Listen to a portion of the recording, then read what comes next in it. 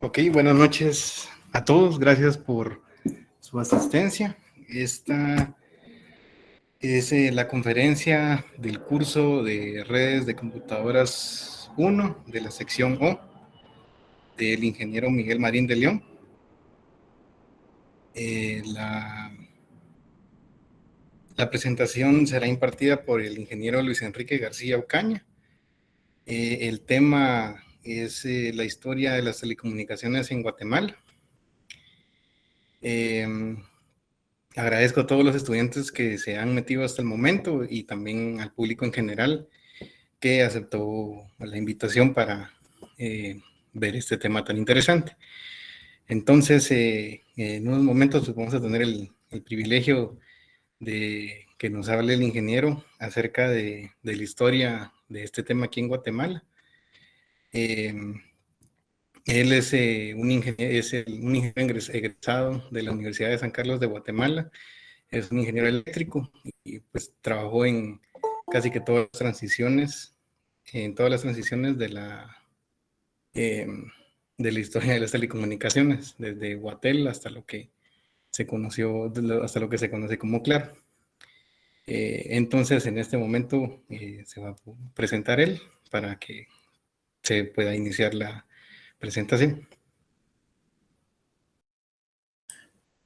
Muy buenas noches. Vamos a dar inicio a la presentación que hemos elaborado en torno al tema de las telecomunicaciones, desde sus inicios hasta las proyecciones de 1995, 2010 más o menos, que tenían programados en su momento las distintas operadoras.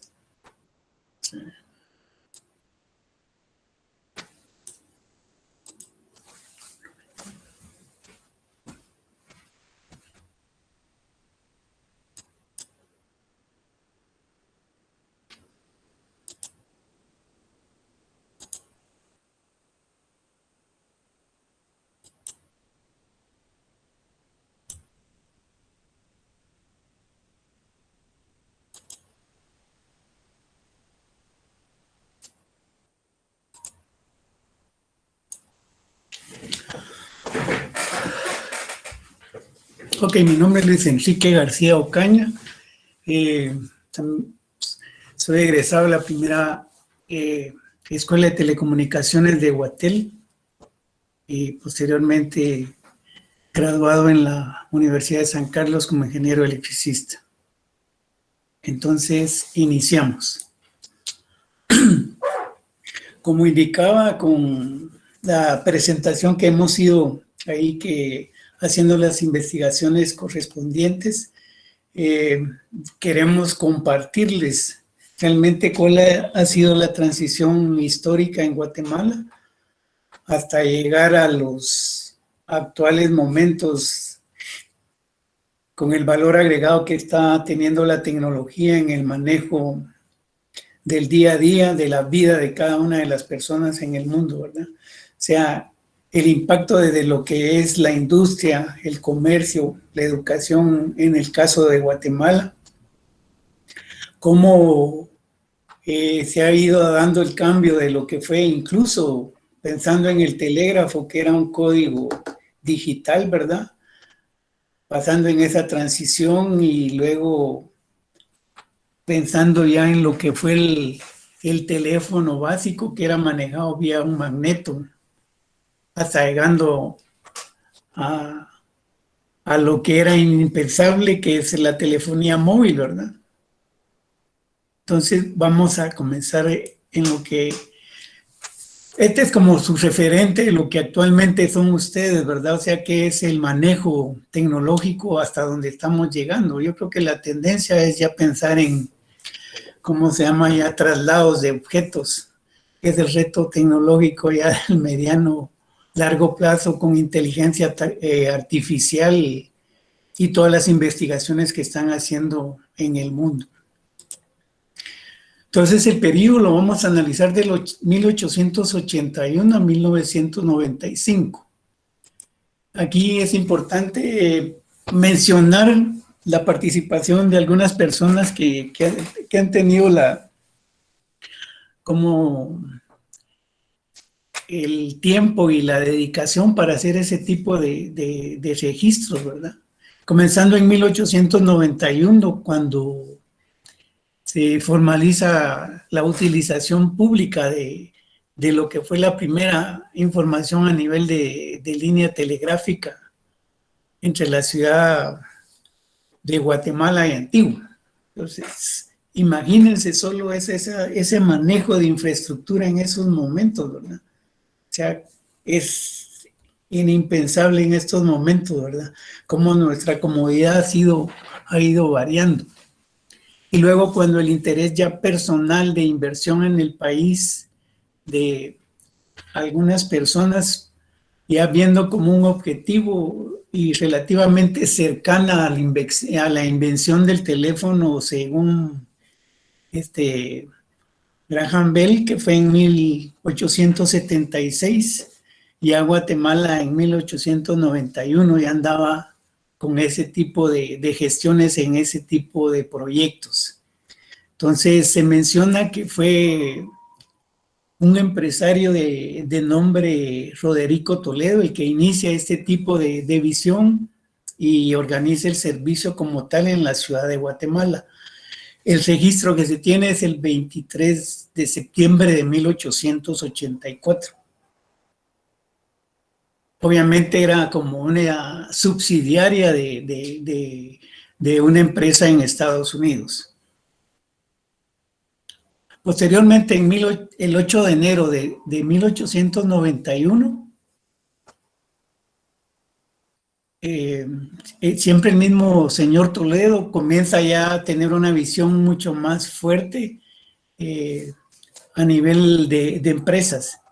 Entonces, al verse ya con esa visión empresarial, comparte la idea de la empresa y ya la gestión a nivel de sociedad anónima y ya compartiendo la participación con algunos otros empresarios. Y el nombre que surge como tal es de Compañía de Teléfonos de Guatemala.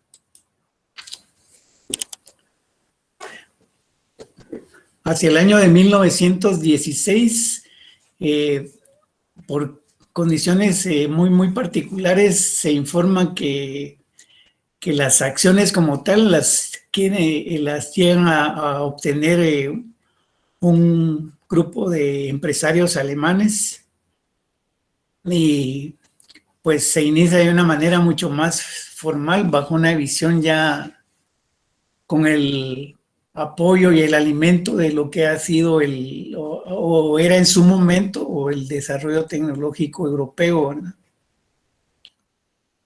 Y es bien interesante aquí resaltar lo que es el uso ya del servicio telefónico automático, ¿verdad?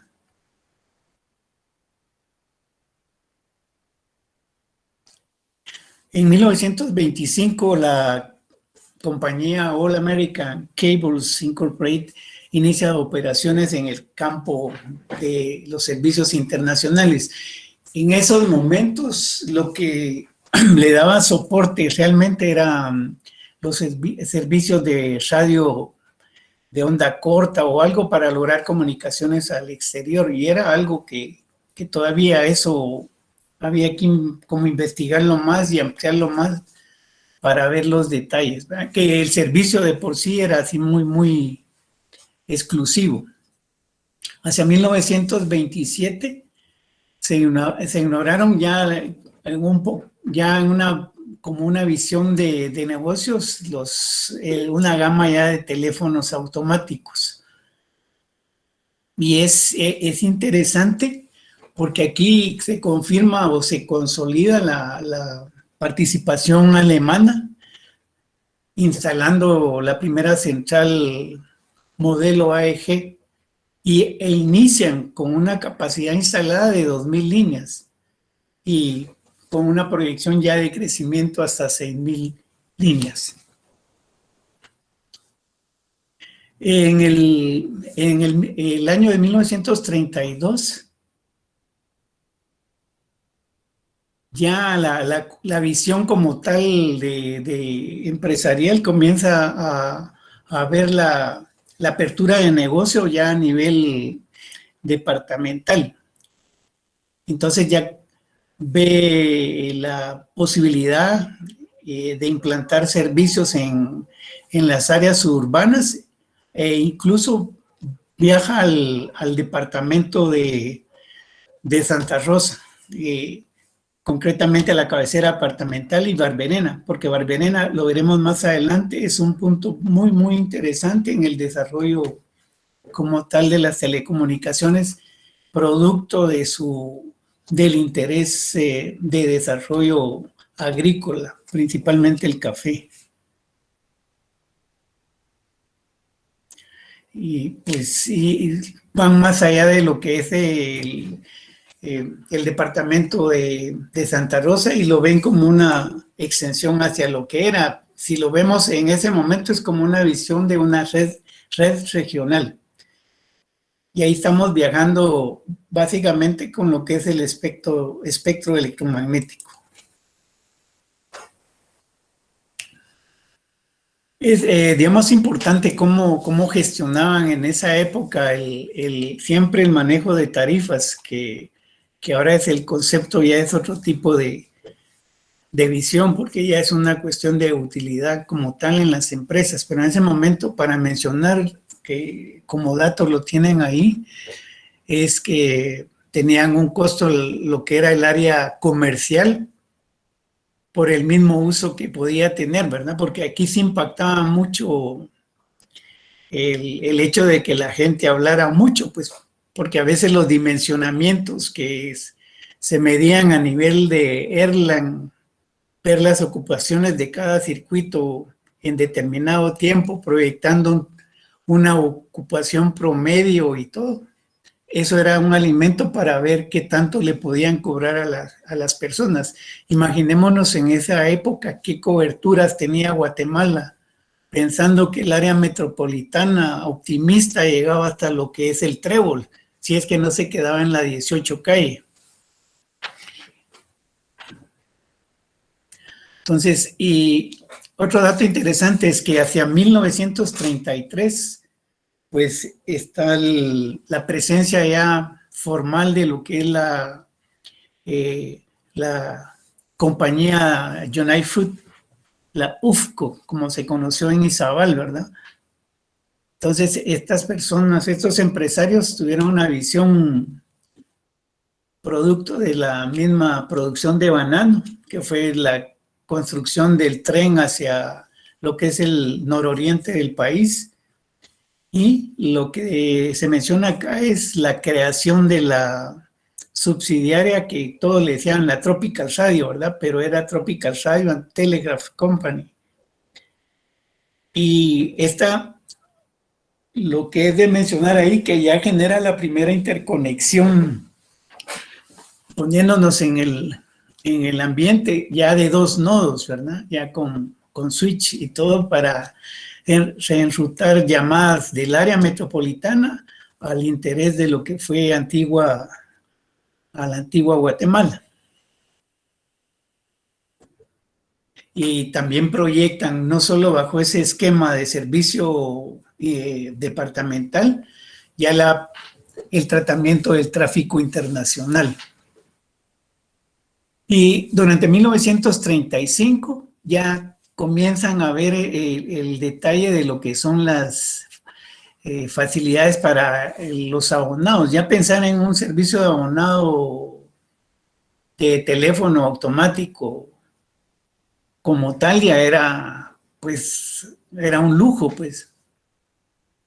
Entonces vuelven a mencionar el uso para timbrar, ¿verdad? Porque para timbrar usaban ahí sí que generar en un par de imanes un campo magnético y generaban una corriente que viajaba a través de la línea para hacer timbrar la campanilla que tenía el usuario B en el extremo al cual se estaba llamando. Y también es importante mencionar cómo la misma regulación, ¿verdad? Como pensar en la CIT actualmente, como los servicios de telegrafía venían ya regulándose por un código establecido como tal. Y ahí sí que es bien interesante observar cómo el mismo desarrollo de la tecnología en esa etapa ya exige una actualización en estos códigos o en estos normativos como tal, y lo hacen en 1935, de acuerdo al decreto ley 2080, que en ese momento era el Código de Comunicaciones Eléctricas, que mencionan ahí que estaba vigente hasta 1992. Y luego en 1939 se acentúa ya la visión también de cubrir el segmento de lo que es la telefonía pública, pues para dar un acceso más a la actividad como tal. Y como les mencionábamos anteriormente, pues ya se hacía a través de radio, ¿verdad? Por la facilidad de las mismas características topográficas que tenía el país, pues entonces, bajo ese auxilio, que lo veremos más adelante ya en unas topologías de cómo realmente fue creciendo todo ese tipo de coberturas para garantizar que realmente viajara el tipo de voz como tal en ese momento, o datos que en ese momento eran los telégrafos. Y se crea la sección de radiocomunicaciones nacionales, que surge a partir del 3 de octubre de 1938. Y es, como lo mencionan ahí, se forma de tal manera esa topología de red que obviamente el área metropolitana concentra como los nodos principales y la distribuyen en ese momento a 6 municipalidades, siendo Tiquizate, Chiquimulía, Puerto de San José, Malacatán, Livingston, Champerico, Coatepeque, Ayutla, Tecumumán. O sea, es bien interés porque todo ese segmento es lo que es la costa sur y lo que es parte del norte del país, que realmente era donde estaba prácticamente toda la producción agrícola. Es una visión de servicios en paralelo al crecimiento.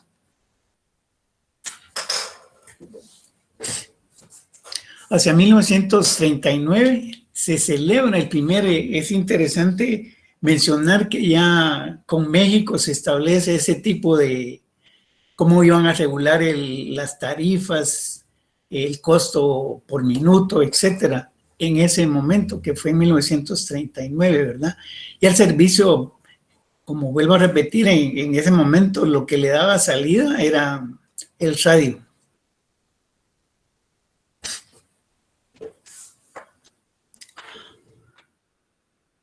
Y hacia 1940 ya la red tenía ese tipo de coberturas vía radio, pues, o sea, ese era un apoyo para llegar a los distintos puntos donde, como se mencionó, ya por lo menos tenían acceso a telefonía pública. Y en 1945 se creó un control de las comunicaciones telegráficas por cable, radio, y dejó a las empresas extranjeras, que eran las propietarias de estas, obligadas a proporcionar los servicios. O sea, esa era una exigencia más que todo del gobierno en ese momento. Uno, para garantizar no solo la cobertura, sino ver los márgenes de crecimiento, pero como ahí sí que es costo-beneficio manejado por cada una de estas empresas, era la visión que se tenía en ese momento. Luego tenemos la información hacia el año 1955, que realmente ya se daba la tendencia pues ya en el mundo, realmente el mundo ya estaba en otro tipo de desarrollo a nivel tecnológico.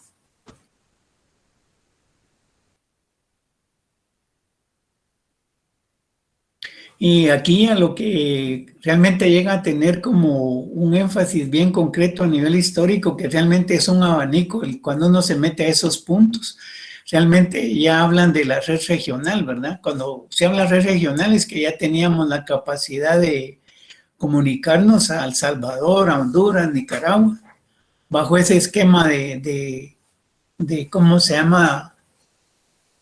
De estructura como topológica, pero obviamente manejada vía radio aún.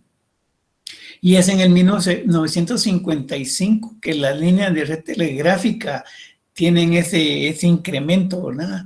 En coberturas, porque ya pensar en 1955 en 7,000 kilómetros, imagínense ese tendido de telégrafos que está actualmente ahí en la 12 calle, solo para el área metro y para tal vez las otras áreas de interés, probablemente era Quetzaltenango. Solo generar después ese tipo de servicios, obviamente para segmentos de orden comercial, incluso hasta político, para garantizar el servicio punto a punto del telégrafo. Y mientras la telefonía se quedaba todavía a la mitad aproximadamente de lo que estaba telégrafos, pero la característica que tenía la telefonía es que era un nodo centralizado y de ahí se ramificaban los distintos teléfonos, aún, ¿verdad? Aquí que lo tenemos un tanto achurado, el año 59 lo tenemos todo porque es un punto así como de crecimiento, porque es cuando en Guatemala ya realmente entra en operación la versión mejorada de las centrales Siemens, ¿verdad? El modelo, si no me equivoco, era la F5G, y tenía la característica que les llamaban step for step, paso a paso, porque de acuerdo al discado de las personas, según el destino que discaban en ese momento los teléfonos, iban haciendo una secuencia de selección de cada uno de los elementos electromecánicos, que eso era muy, muy interesante, ese tipo de tecnología. Era toda una lógica para hacer lo que para nosotros hoy sería el protocolo IP en el manejo de las señales de línea o señales de registro. Ellos lo hacían a través de un motor, y al motor lo tenían acoplado con levas de baquelita que en función del corte y longitud de tiempo hacían todo un montón de cortes, pero muy interesante para hacer señales continuas, discontinuas, interesante.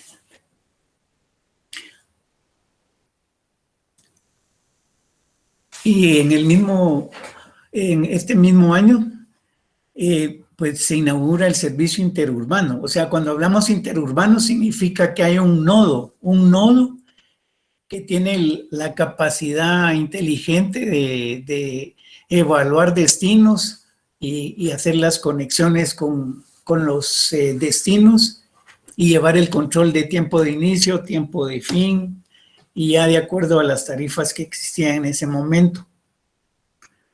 Y mencionan que tenían una interconexión de 124 circuitos. Lo que es troncales es como una conexión en este momento sería como entre routers, ¿verdad?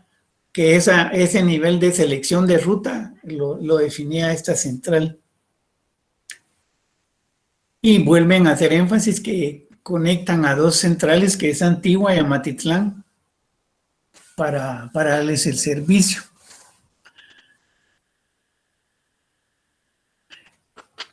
También surge el tema nuevamente por cobertura, porque realmente era negocio, pues, lo de los teléfonos públicos, monederos, que mencionaron proyecto 60 aparatos en ese momento, pues era solo el costo de cada equipo en esos momentos, ¿verdad? Y siempre para las ciudades de Quetzaltenango, Antigua, por características bien concretas, Amatitlán y Escuintla, por las cercanías.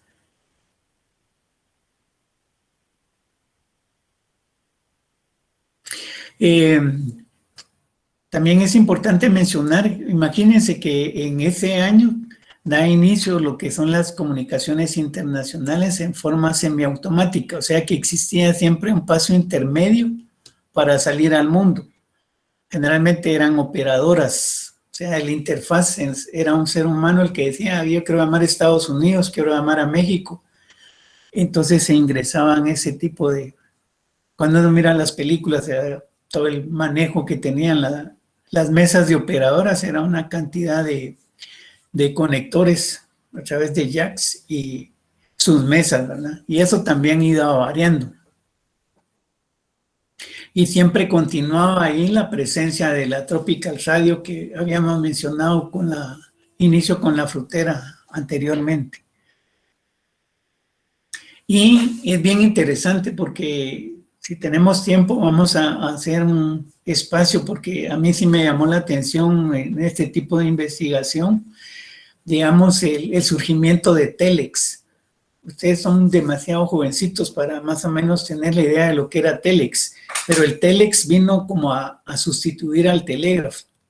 Entonces, en ese momento el Telex era el que generaba lo que eran teletipos a nivel del mundo para hacer transmisiones de las noticias o de otro tipo de eventos, ¿verdad?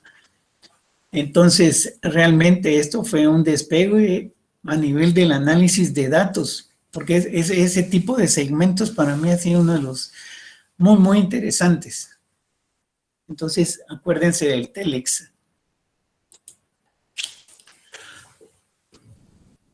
Entonces, en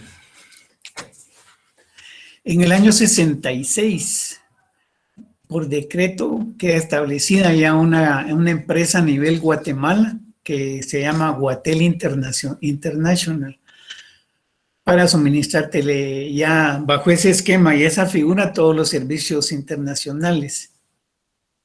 Y lo que es interesante que también se aprueba la ley de radiocomunicación, que es la que establece, realmente el objeto era ya manejar finamente lo que era el espectro electromagnético a partir de ese momento, porque era la asignación de frecuencias a las distintas personas que tuvieran interés particular en pues, establecer una radio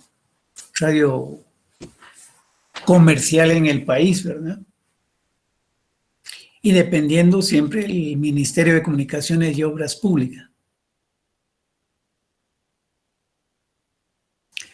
Bueno, aquí en la misma investigación sale como los mismos Estados Unidos también tienen ya un interés formal y pues con todo el desarrollo de tecnología tienen este tipo de participación con este tipo de participación en lo que fue las telecomunicaciones a nivel centroamericano, que posteriormente llega a concretarse como lo que es Contelca, comunicaciones de telecomunicaciones en Centroamérica, que eso ha quedado muy como apoyando a las pequeñas administraciones que ahora que todavía tienen como esa presencia a nivel del Estado, porque a ese nivel trabaja Contelca. La iniciativa privada no está adscrita.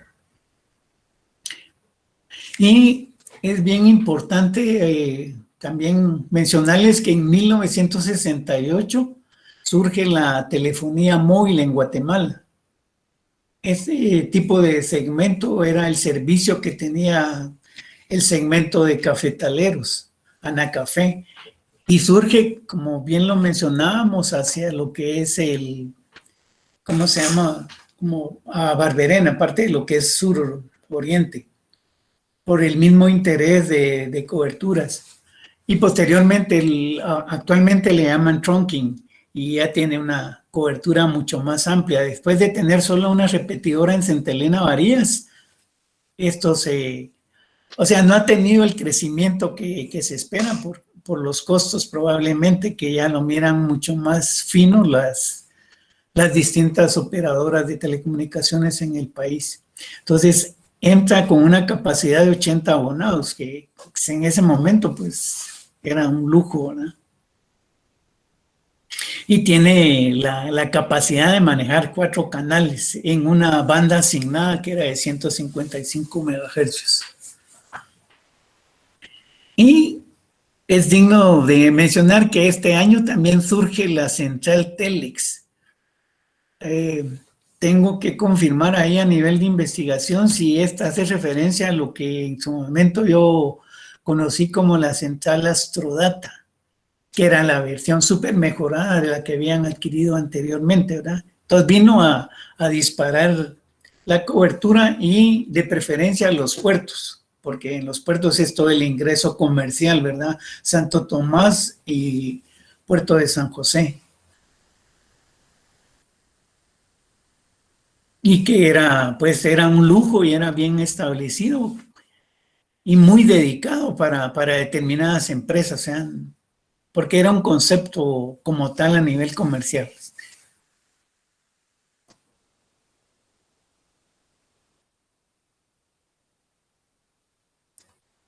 Y mencionan también sobre el crecimiento o ampliación, que ya lo sitúan, como lo mencionábamos, en Puerto Barrios, por las características de servicio, y la mencionan como parte de, como que fuera un nodito a nivel de la central STK TWB con una capacidad en Puerto Barrios para 30 abonados. Y llegamos al año particular de Guatemala, porque, ¿cómo se llama? En el año de 1971 ahí sí que dentro de las visiones más importantes que he visto en la poquita investigación sobre este tema, que el Banco Mundial hace la sugerencia al Estado para que integre los servicios de telecomunicaciones, ¿verdad? Porque andaba una por un lado y otra por otro lado, y entonces mejor para eficientar recursos y mejorar costos, etcétera. Entonces integra las 3 entidades que en ese momento administraban lo que eran las telecomunicaciones, y de esa fusión nace lo que fue Guatel como tal. Y es el decreto ley 1471, que por eso es que aún existe ese remanente de Guatel por ahí en lo que es Guatemala.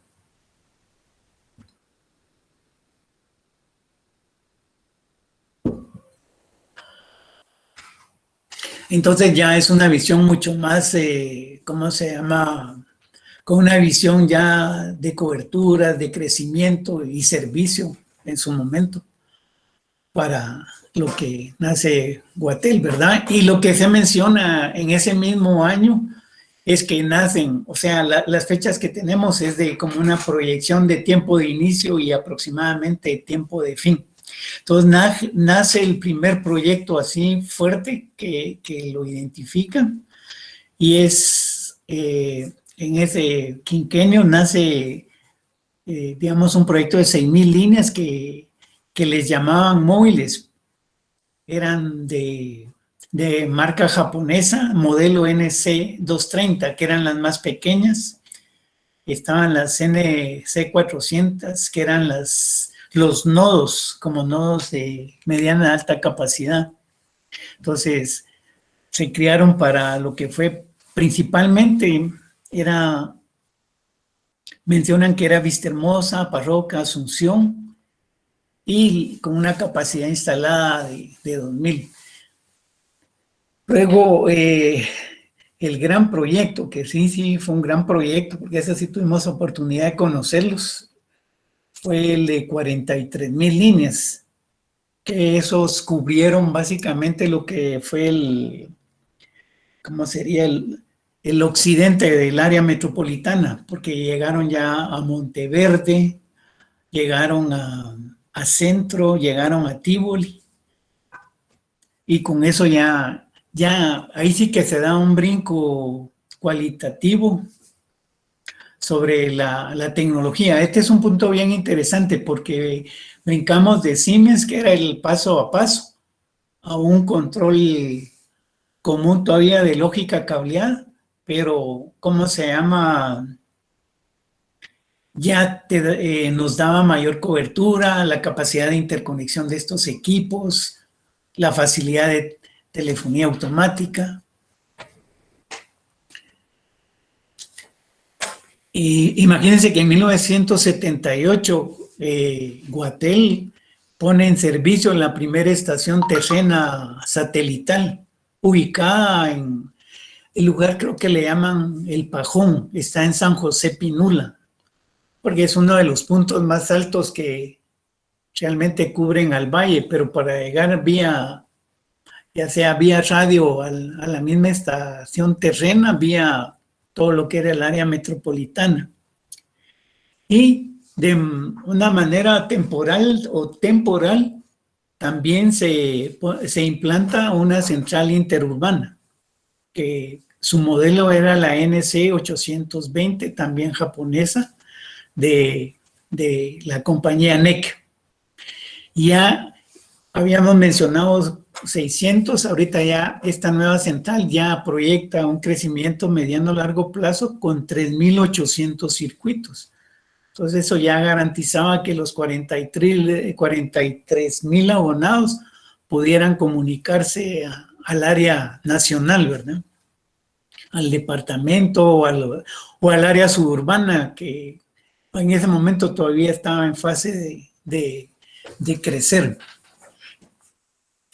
Y hacia el año de 1980, más o menos, está en un proyecto bastante interesante, porque es un proyecto que fue soportado por una compañía de Estados Unidos, que era de la ITT North, y su modelo era NX1E.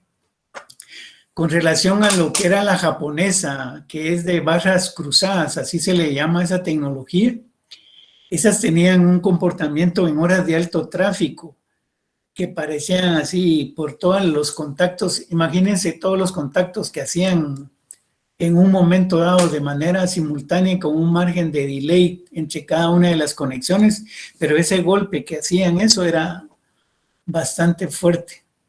Entonces, con estas más centrales lo que se hace es que parte de lo que es la etapa inteligente, la etapa de registros, de decisiones, de enrutamiento, como que fuera un router. Ese equipo ya se hace con electrónica. Muchas de las etapas de control de lo que son las troncales o lo que serían los puertos de interconexión ya son con electrónica. Entonces, eso en este tipo de centrales minimiza enormemente el impacto de ruido ambiental, principalmente para los trabajadores, ¿no? Y para hacer todo ese tipo de conversiones, se menciona aquí los proyectos de interconexión de transmisión, que era un convertidor de 2 a 3 hilos, y ¿cómo se llama? Que también impactaba a nivel de lo que fue el desarrollo de planta externa. Pero aquí lo que es interesante mencionar, ya estamos en 1987, son las distintas etapas para llegar a lo que hoy podemos decir lo que es IP.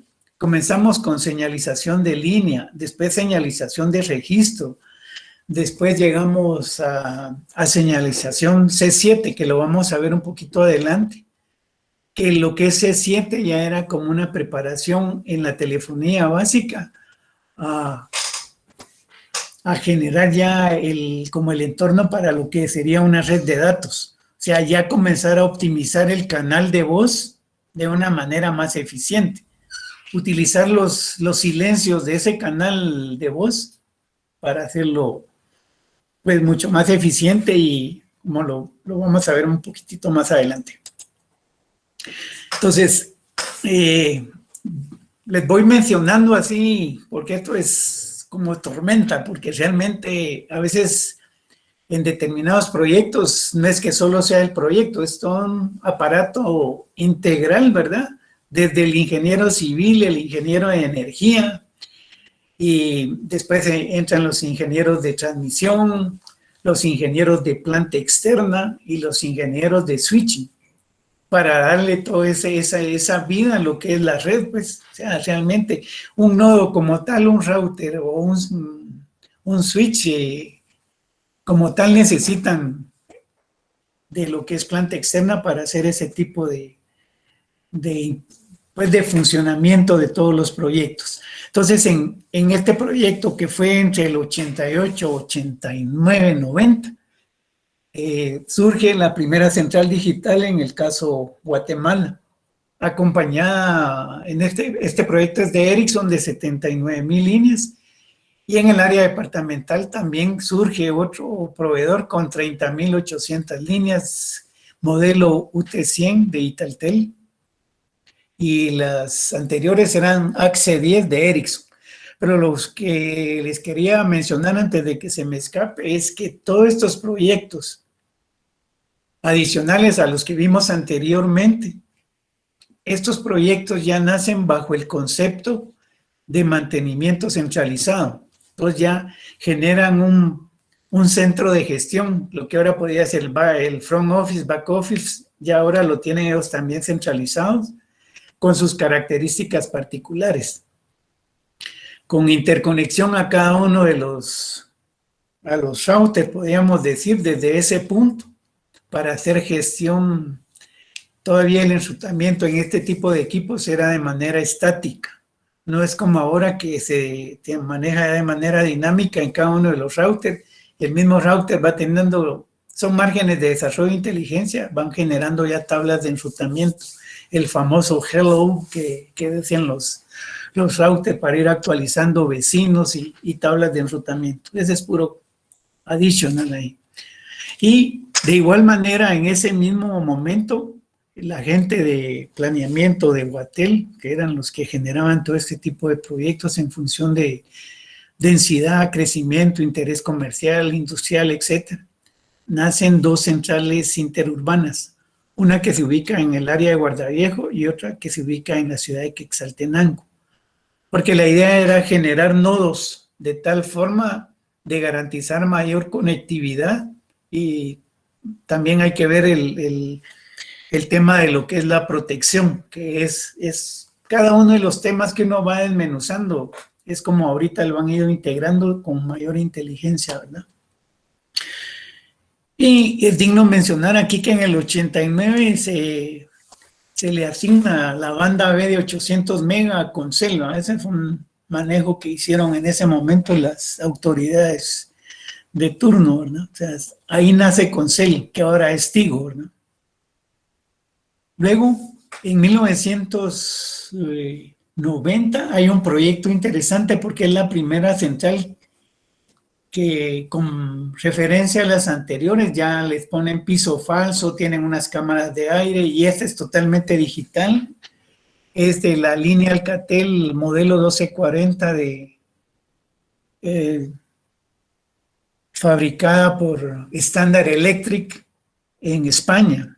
Era una aliada formal de Telefónica ya en ese entonces, con una visión de crecimiento de 18,000 líneas, que fue más que todo la sustitución de una de las centrales Crossbar que habíamos mencionado en 1976. En el 90 fue que se hizo ya esa primera sustitución.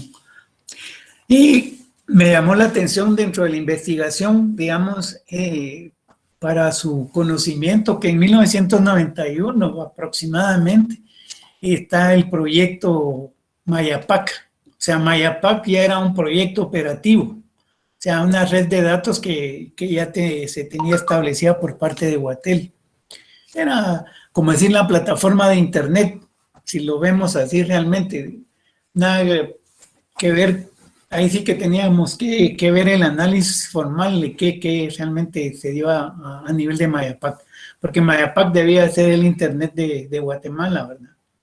Y mencionan ahí que en ese momento tenían ya una aplicación, un normativo que le llamaban X.400 normalizado, que era la normativa para manejar correo electrónico.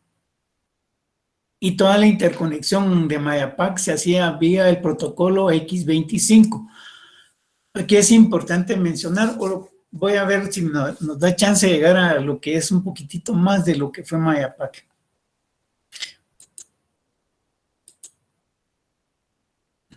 Entonces, si se dan cuenta, hay una continuidad de proyectos que traemos y hacia 1992 ya se da la primera ampliación sobre lo que es el proyecto Ericsson y cubre parte de lo que es el área norte del país, Lourdes y unidades remotas de San Rafael, Llano Largo, la Colonia Maya, cada una ya con ese tipo de servicio y ya digital todos, ya tenían un montón de facilidades como tal. Ya en ese momento se estaba tratando de impulsar lo que era la videollamada vía incluso redes de cobre. Y por este otro lado, en el sector sur de la ciudad, nace ese proyecto también de 42,000 líneas. Un momentito.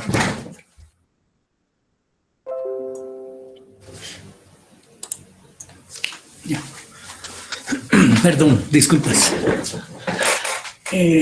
Todo lo que les mencionaba, que en el sector sur, ahí fue un crecimiento muy fuerte, porque iba combinado con el proyecto de 79,000 líneas, pero digamos, con ese se desarrolló parte de lo que fue San Cristóbal, Monteverde, Tívoli, Vistahermosa, y con los de 42,000 líneas se vino a completar básicamente lo que fue Vistahermosa, porque se metió ahí una central digital, y en el área sur se implantó la central Nimajuyú, con todo el sector como de accesos que tuvo, como el concepto de Disland, que fue Boca del Monte, Villahermosa, la Justo Rufino y la misma Belo Horizonte, que se engrampó a lo que fue Nimajuyú. Y fueron interconexiones en estas que les mencioné, ya eran con fibra óptica, o sea, ya fue un desarrollo bien particular, porque fue hasta donde se pudo manejar de forma integral, ¿verdad? Porque los distintos proyectos se particionaban, hacían el rubro de planta externa, el rubro de transmisión, switching. Entonces, engramparlos en el tiempo a veces era un poquitito, pues que había que coordinarlo de una manera muy interesante. Entonces, de igual forma, fue muy fuerte la idea de crecimiento. Surgen nuevamente, ya teníamos una interurbana en Quetzaltenango, se instala una nueva, se crea otra en Reformita, o sea, ya teníamos 4 interurbanas bajo el concepto de irlo haciendo ya una red mallada y en 4 puntos, manejando lo que es occidente y viendo ya para Zacapa, a ver si se había proyectado instalar una central más adelante.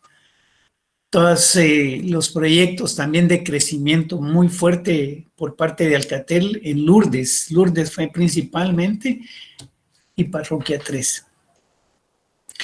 Y también, como les mencionaba, los proyectos debieran de ser integrados. Sale el proyecto famoso de la red de transporte, porque ya aquí se diseñó de tal manera que ya se pensaba en jerarquías de alto nivel, ¿verdad? Ya pensando incluso en ese momento la jerarquía alta era que habíamos manejado en enlaces de fibra óptica, eran de 565 megas, alrededor de, serían como 64, 16, 20, como 256 por cada, o sea, era enorme en ese momento, era un ancho de banda, hablándolo así en términos actuales, para ahí sí que soportar la demanda de los distintos servicios. Entonces, la red de transporte ya como que estaba orientando a lo que en ese momento era el servicio SDH, que es bien interesante lo que es la red de transporte, porque si partimos de Telex, que era un código de Baud, como después ese código brincó a lo que fue el French Relay Y después del France Relay brincamos a ATM, y después del ATM estamos brincando ya con una combinación de esos anteriores a lo que es IP. Ya es ese tipo de servicios en la actualidad. Y en ese mismo momento se crearon, eso fue algo muy particular, como un comentario así muy personal, proyectos de AT&T y de MCI, creando centrales de usuario en Tivoli, también en Villa de Guadalupe, y generaron centrales internacionales, tanto en el nodo de Tivoli como en el nodo de Guarda, como también otra central interurbana. Cuando uno ve el esquema de malla que teníamos en el 95, es interesante ver esa cantidad de interconexiones que tenía Guatel. Y es también interesante mencionar que en el 95 nace de una manera así muy particular lo que fue, ¿cómo se llama?, el servicio VISAT. Entonces, ese es como el equivalente a lo que actualmente, no sé si ustedes han escuchado, bueno, lo que era DirecTV, pero en este caso particular de lo que es el operador Claro, utiliza el servicio DTH. Entonces, en ese momento se crea la estación terrena Gesriel, y la idea, la visión de la administración de ese momento era el servicio, para darle servicio rural a las comunidades más apartadas, porque realmente el satélite pues cubre, pues de acuerdo a la huella digital, que es donde le llaman los planeadores, en función de las órbitas del satélite, que tanto el haz te cubre tu país, ¿verdad? Entonces, en ese caso era Centroamérica y, no digamos, Guatemala. Entonces, esa fue la idea de Gesriel, aunado que ya teníamos allá en San José Pinola la estación terrena Quexal. Ya estamos llegando aquí. Dice, luego esto ya es realmente el cierre de cómo nos fue tocando vivir las distintas etapas previa a llegar a la privatización, ¿verdad? Porque viene en el 96 con el cambio de gobierno, que llega la gente a administrar el país, entonces ya comienzan a hacer este tipo de orientaciones para preparar ¿cómo se llama?, la privatización de los servicios como tal, ¿verdad? Entonces, incluso mencionan lo de la subasta, pero lo de la 1900 se dio de tal forma que se le asignó a ese segmento, que fue después, en su momento se le llamó PCS, lo vamos a mencionar más adelante, pero se crea el decreto 9496 que genera la ley de telecomunicaciones, que como comentario se menciona que es de las mejores en el mundo. Mi pregunta es para ustedes, ¿por qué creen que es la mejor ley general de telecomunicaciones en el mundo, verdad? Se las dejo ahí como inquietud para que lo vean, porque las personas creen que es la mejor en el mundo. De forma paralela surge lo que es la CIT, que teóricamente la CIT debiera tener una participación mucho más dinámica, o sea, casi tener ese histórico que estamos ahorita planteando, tenerlos ellos. Y es tal vez lo interesante mencionar de la CIT es cómo regula el plan de numeración, cómo los asigna de tal manera que sea eficiente el uso y no que solo un operador venga y compre todos los números y haga mal uso. Hay una forma de regularlo como tal. Lo más interesante es lo que es el espectro electromagnético, que ahí están ahorita en la lucha por darla para lo que es para la versión G5, ¿verdad? Todavía Guatemala no sale de la G3 y ya estamos pensando en ver qué vamos a hacer con la G5, que en algunos lugares ya la utilizan por características de aplicación y servicios enormes. Entonces, en el 1988 se les asignan tanto a Claro, que en ese momento era Telgua, las frecuencias de 1900 ya Telefónica para hacer uso ya de la aplicación del servicio móvil, que en Claro Telgua era PCS, que después ya lo integraron por marca todo a Claro. O sea, con eso pues ya generan todo ese tipo de impacto a nivel de que ya no solo sea Concel el que tuviera el servicio.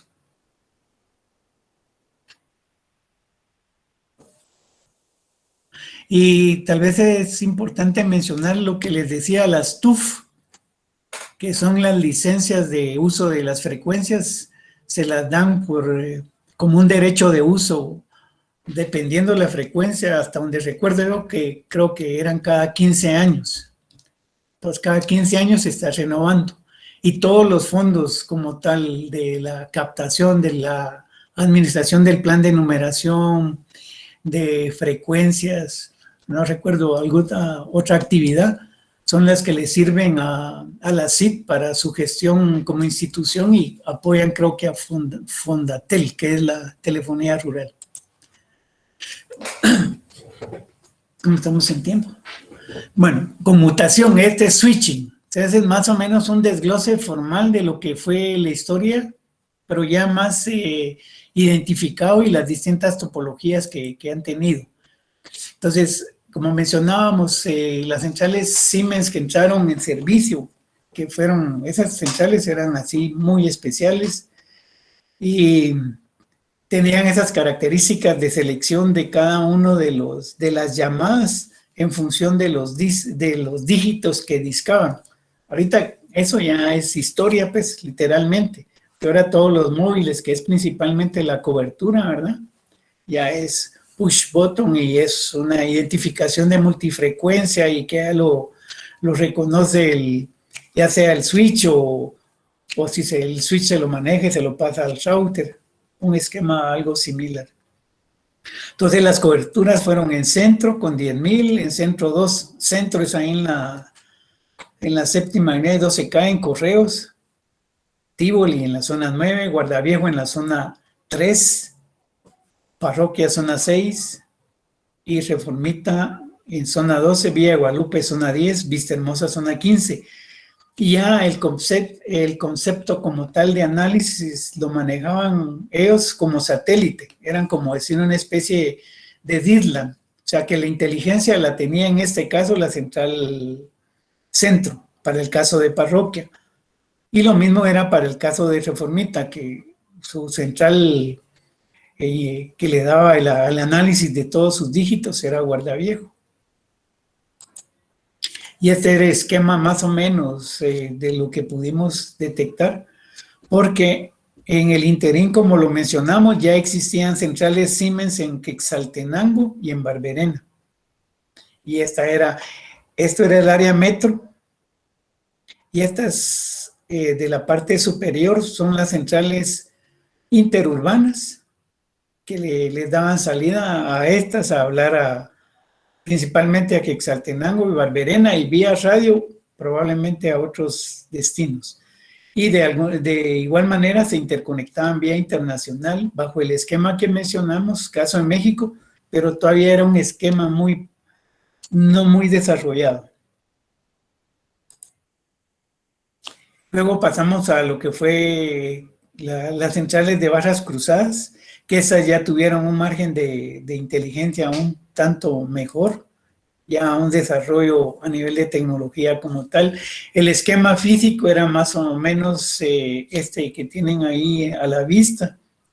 Estos son unas bobinitas y estas jalaban esto y generaban con esta barra que está acá, por eso le llaman de barras cruzadas. Aquí generaban el punto de conexión.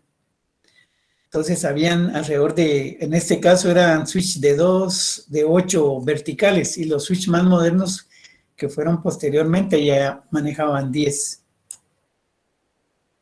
Las centrales que eran para el caso Monteverde, Tívoli, Centro, esa eran su distribución en líneas y tenían ese tipo de capacidades, eso como acceso.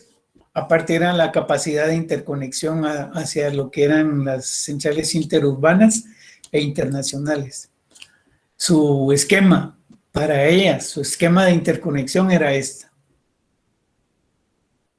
Porque ya después teníamos que abrir, esto se lo hago más que todo con un enfoque didáctico, porque cada una de ellas, dependiendo del interés, tenían que tener interconexión a las otras, a la CMD y en su momento a la CNX1E. Y ya como pueden ver en el diagrama, ya salíamos vía la estación terrena hacia el mundo. Que ese era un contrato particular porque cada conectante hacia el satélite necesitaba un tratamiento de pago como tal, ¿verdad? Si era Estados Unidos, si era España, y cada uno si eran rutas directas o si esa ruta hacía tránsito, que son más que todo vocabularios de tipo telefónico.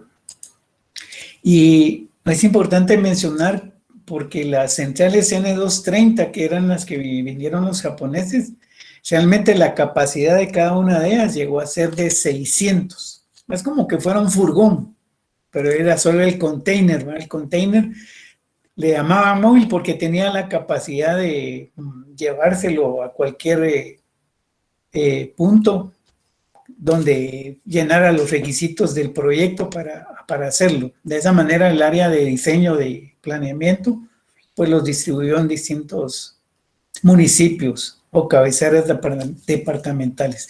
Pero la característica es que no había, la mayor obra civil era cimentación para el soporte del peso del container más el peso de los equipos. Y aquí fueron donde históricamente se ubicaron este tipo de equipos. Asunción Mita, Cobán, Chichi, Chimaltenango, Esquipulas, Huehuetenango, Jalapa, San José Pinula, San Juan Zacatepeques, San Lucas Zacatepeques, San Marcos, Santa Lucía, a excepción de estos 2 puntos, ¿verdad? Pero de ahí lo demás eran sobre 600 líneas. Y las que tenían características similares en ese momento de la tecnología eran las Ericsson, pero estos sí los instalaron en edificios. O sea, las capacidades de las de edificio variaban un poco, eran de mayor capacidad. En el caso de Rebu fue una de las mayores con Mazatenango.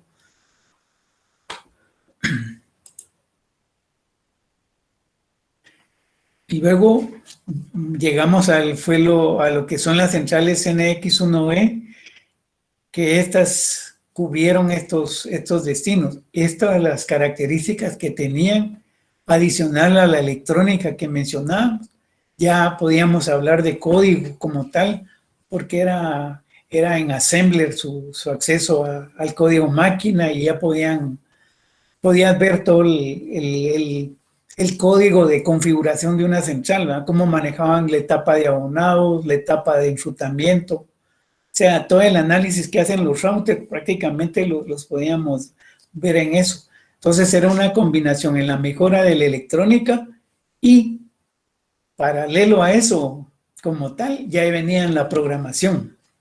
Ya los terminales de esto no eran vía cintas de papel, sino ya la colección de data como tal lo hacían en cintas magnéticas, imagínense. Y lo mismo era para hacer la configuración de tarificación. Y esta era más o menos cómo estaban distribuidas, cómo comenzamos ya a incrementar un tanto el mallado solo en ellas, ¿verdad? O sea, están todas las del área metro y ya incluimos a Matitlán y Antigua.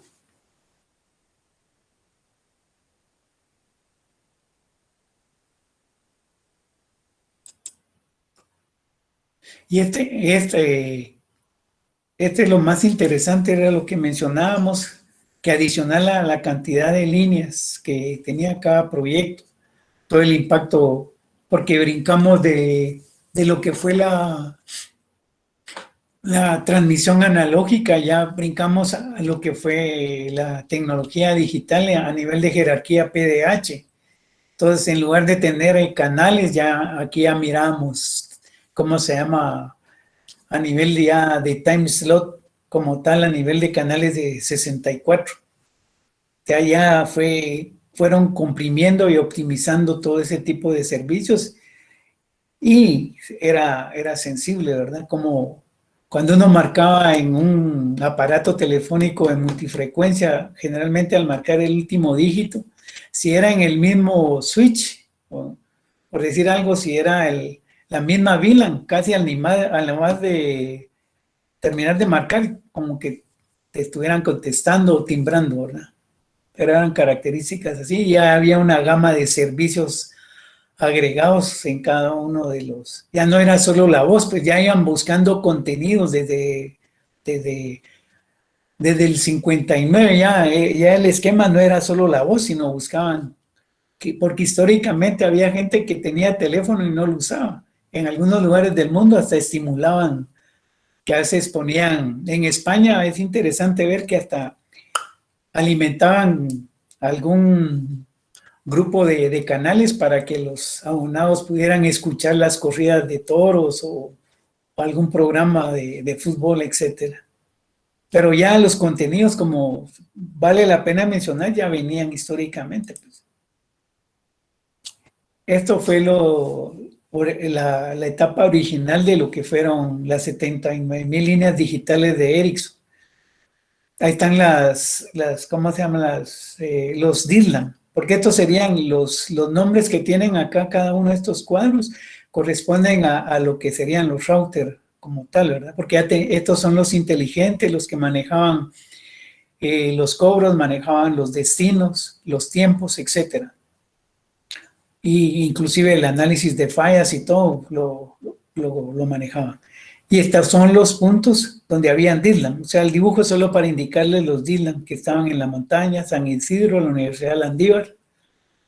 Y del lado de Tivoli, que era uno de los más grandes, Asunción, Dispensario, Zona 4, Elgin, Géminis, Las Margaritas, Century, Villahermosa, Boca del Monte, que era este sector sur. En el caso de Guarda, manejaba siempre Reformita, Miraflores, San Jorge y Tikal. Carmen 2, manejaba Ginza, lo que es Segma, Montemaría, la Justo Rufino Barrios, Valle Dorado, aquí es donde les digo yo, ya entramos a San Cristóbal. O sea, es interesante ver todos los proyectos, ¿verdad? Todo lo que implica realmente, pero es bien interesante el análisis que ahorita que ustedes miran al crear VLANs, es como ver todos estos nombrecitos que tenemos acá. Todos estos son los VLAN de este.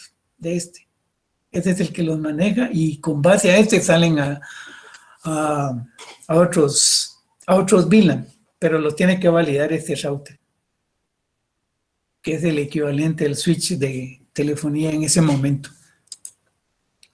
Y este es un desglose donde les mencionaba que aquí ya mencionamos al centro de operación y mantenimiento. Y pues la parte inteligente de cada uno de los switches. O sea, realmente cómo los iban dividiendo en subsistemas para ir eficientando. Ellos utilizaban un código que a nivel de esas centrales, porque ellos siempre como que incluso en las barras cruzadas a veces les daban participación a los técnicos del mundo para que reportaran errores y ver si ese error era realmente una parte común a todo el equipo y hacían actualizaciones. En este caso ellos usaban Plex. Plex es el código de Suecia para desarrollar este tipo de centrales que la verdad tenían una presencia en el mundo muy, muy interesante y ya tenían un montón de facilidades y contenidos, ¿verdad? Entonces, realmente era, ¿cómo se llama? La misma gente de Guatemala en su momento, pues, tuvo esa suerte de tener ese desarrollo a nivel técnico, pero que les fue dando ese tipo de sustento como tal, ¿verdad? O sea, hablar en ese momento de código, pues ya los ingenieros eran software, ¿verdad? Y eran los que venían de aquí en Guatemala. Yo me acuerdo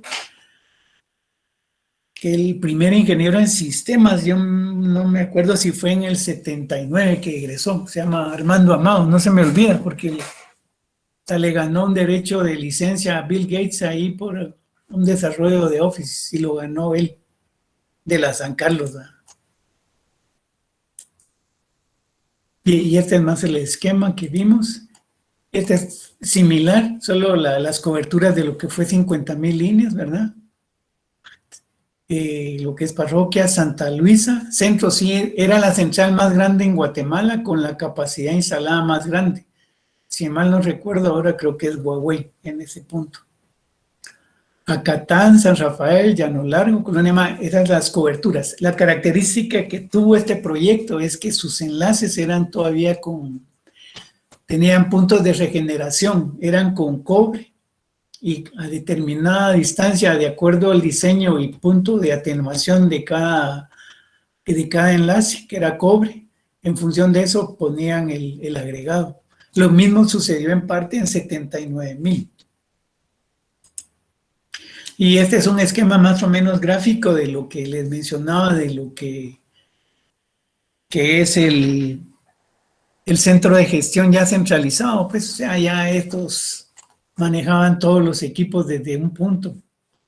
Y ya aquí tenían las distintas, hacían una especie de LANs, como VLANs, perdón, para tener control. Unos manejaban lo que era la etapa de los clientes, otros miraban fallas, otros miraban directamente el acceso a lo que es la tarificación en su momento, y la interconexión en su momento la hacían X25 para este caso. Ya después migraron, las nuevas centrales ya están en IP y haciendo redes como tal.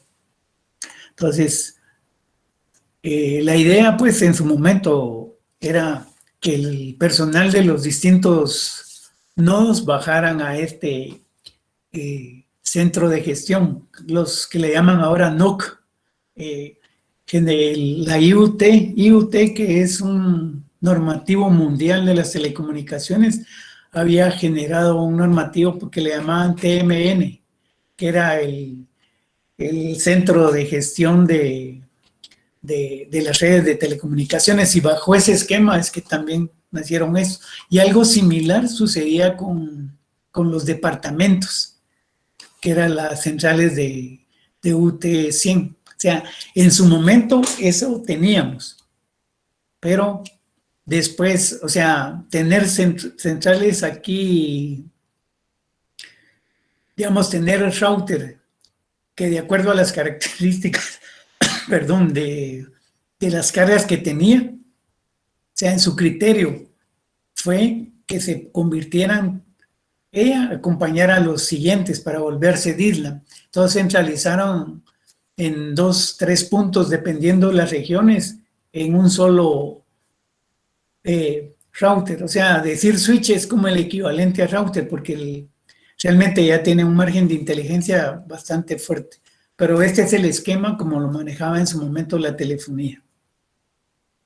Entonces, también el esquema era similar, va a tener sus servidores, sus controladores para ese tipo de servicios, sus conexiones también migrando de X25, algunas se quedaron estacionadas.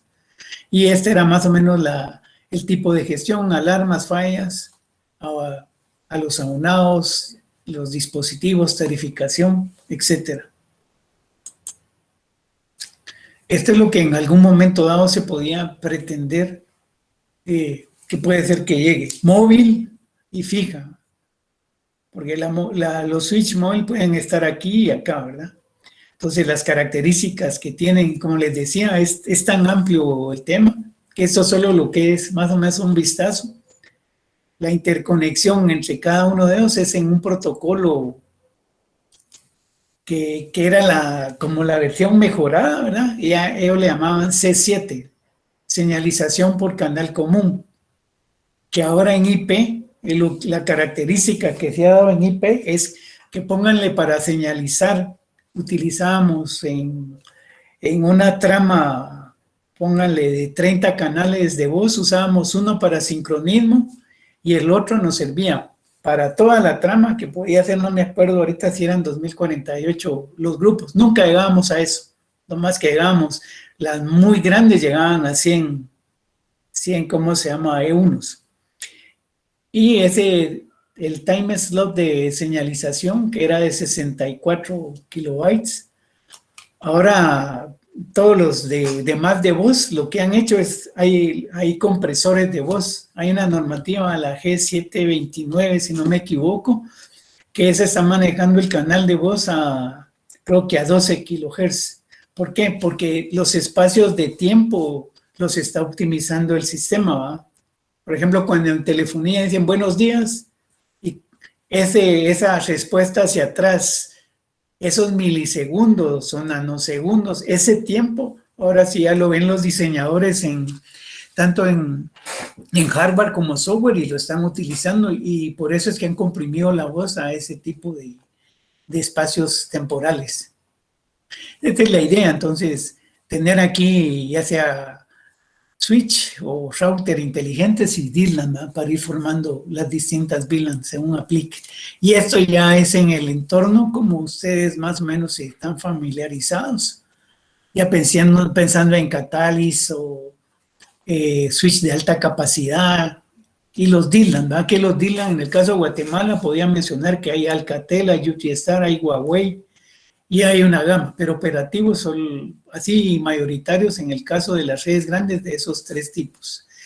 Está la situación que Cisco comenzó a impulsar este tipo de iconos y equipos, porque hasta Cisco teníamos en algún momento dado, pero ahí sí que se van desplazando mucho en función de costos. Entonces, los mismos de Huawei crearon un CCNA, un CCNAP, etcétera. O sea, todo ese tipo de certificaciones ya se están manejando,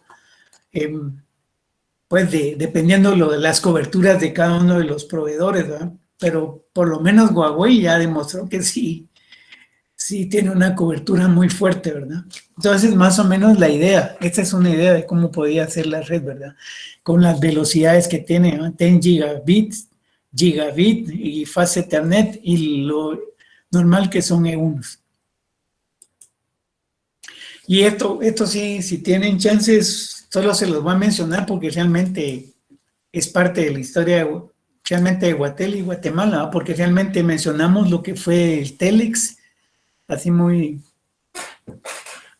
en el descriptivo, ¿verdad? Cómo realmente llegó a mejorar lo que fue el telégrafo.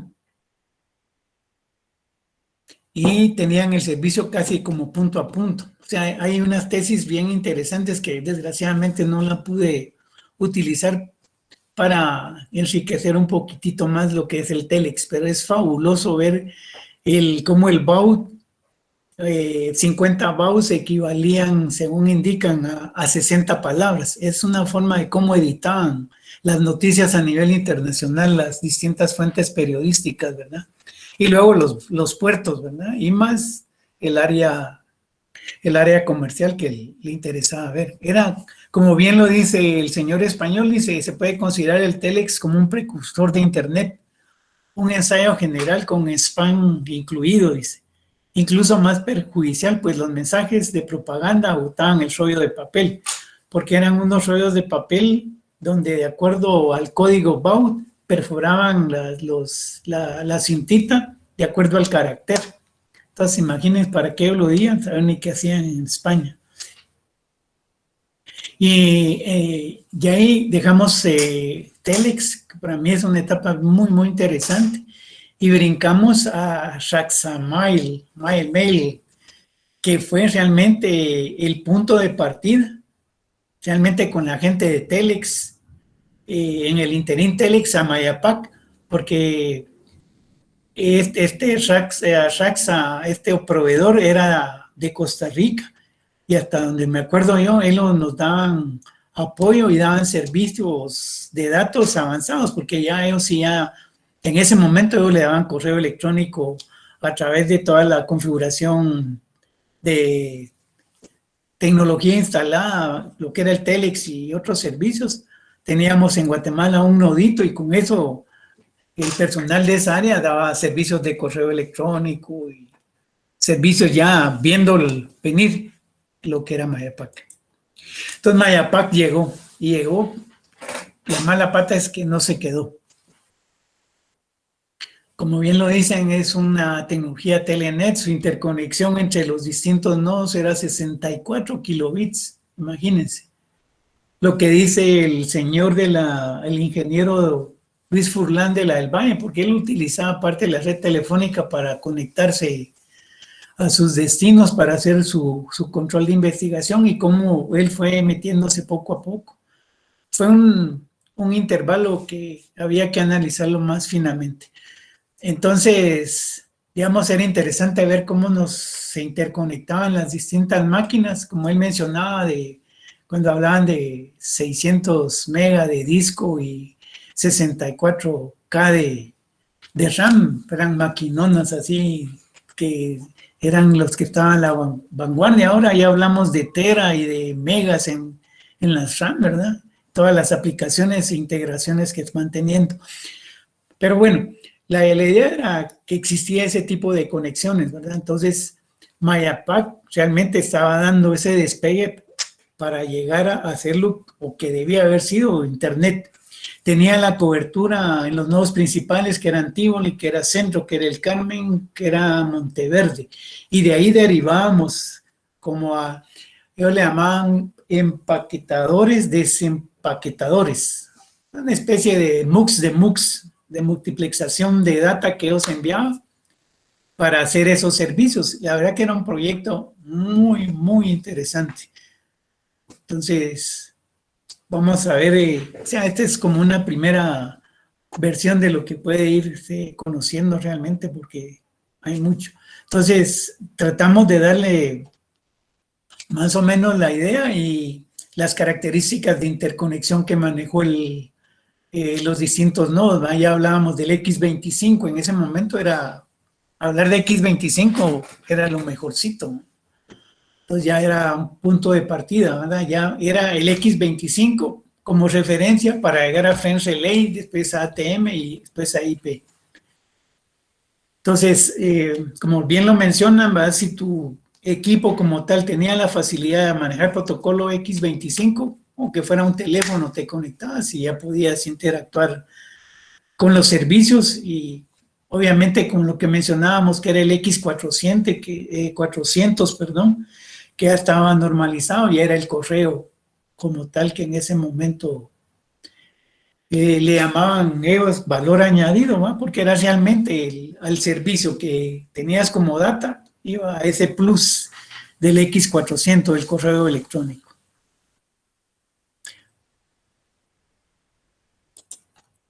Y este es un aprox de lo que en su momento era ¿cómo se llama? Mayapac. Y había que ver el entorno formal, incluso pensando si la proyección era también Zacapa, para ir creciendo hacia el lado de los puertos también, ¿verdad? Pero era un servicio de lo mejorcito que teníamos. A ver. Y lo mismo, ya el concepto, como le mencionamos anteriormente, era de que era centralizado el mantenimiento y todo, y pues desde Tívoli manejaban todo el personal de apoyo que teníamos para hacer este tipo de servicios, que ese era un plus. La telefonía era un segmento como tal, pero eso era mucho más especializado. Y como las VLAN no pueden estar solitas, pues ya necesitan el medio, la capa física. Si no tienen capa física, no hacen mayor cosa. Entonces es un esquema así muy en macro, como es la red que tenía Guatel en su momento, ¿eh? Si pueden ahí medio observar, todo esto son los distintas repetidoras que tenían a nivel de radio. En este caso, esta era la etapa, como bien lo dice el título, es analógico. Entonces todavía era un paquetote. O sea, cuando hablaban de 960 canales, ellos le llamaban a las jerarquías eran master grupo y subgrupo, creo me acuerdo. que eran más o menos las categorías que manejaban para el tipo de multiplexación que iban teniendo, ¿verdad? Cómo bajaban del más grandote hasta el más pequeñito. Y es el tema que seguimos manejando. Cómo multiplexamos y multiplexamos, ya sea en SDH, en fibra, en el proyecto original, y ya pensando en DWDM, que ya le hacen bajo la multiplexación de longitudes de onda de acuerdo al color que tenga el espectro de cada terminal de transmisión, transporte que tengan instalado en cada uno de los nodos. Entonces, más o menos la ruta, cuando uno hace una llamada o hace una llamada, si no está cubierto con la fibra, hay lugarcitos que no llegan, entonces tienen que usar por lo menos un salto para llegar vía radio a esos lugares, ¿verdad? Está el caso de Fray Bartolomé, Poptún, el Estor. Llamo yo de Guatemala a Fray Bartolomé, sigue esa ruta de como tal. Y esta es todavía analógica. Aquí está ya un poquitito, ya lo tratamos de ir actualizándolo. Entonces, si se dan cuenta, es la capacidad. Y lo interesante aquí es, así a grosso modo, todo el esquema de telecomunicaciones, ¿verdad? Les digo, cuando se llama, qué sé yo, de Quetzaltenango a San Marcos, probablemente la ruta en su momento era esta, ¿verdad? De Quetzaltenango a un cerro que está ahí cercano, a Rachquín, y después llega a este punto. Aquí hay un repetidor pasivo, es como que fuera un espejo. Mandamos el espectro electromagnético, lo rebota aquí y viaja por rebote a esto. Están consideradas las pérdidas, los márgenes de atenuación, para que cuando la señal llegue a, ¿cómo se llama?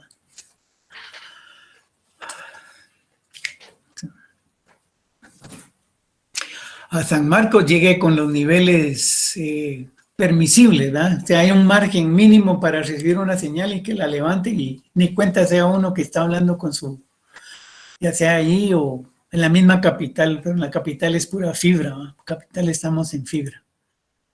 Todavía en la red analógica es el mismo esquema, solo que, como bien lo dice, esta es la red analógica. O sea, partimos del esquema de Guardaviejo Torre, y si íbamos a El Salvador, nuestra ruta era esta. Torre, buscábamos, si bien se dan cuenta, aquí Santa Elena Varía sigue siendo un punto importantísimo como repetidor de, ¿cómo se llama?, de transporte.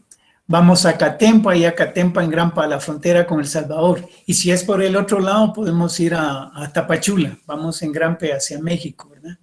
Y eso es en el esquema de lo que es el radio analógico. Y aprovechando de cada uno de estos lugares, dependiendo los, ¿cómo se llama?, desarrollos, y a veces yo siento que era por algún nivel de estrategia, de cada repetidor bajaban a veces un canal de voz, o a lo sumo con unos equipos más pequeños para darle servicios a una comunidad. O sea, era bien interesante ver todos los pueblecitos a los que llegaban. Y yo creo que esa administración actualmente la tiene, ¿cómo se llama?, Fondetel. Hay lugarcitos donde ni me acuerdo, hay uno Chicurón, que es Alta Verapaz, Chiyuc, Pacayas, eran radios comunitarios. Entonces, teóricamente eso por ley le quedó, creo, si no estoy más, repito, a Fondetel, que es el que debiera haber ya márgenes de actualización y ya tener un servicio mejor. Pero era un problema con esto de la actualización de radios analógicos. Y esto ya es con radios digitales, ¿no? Entonces ahí ya vas mejorando. Siempre los esquemas aquí de guarda se pegan porque aquí había un tráfico interurbano, ¿no?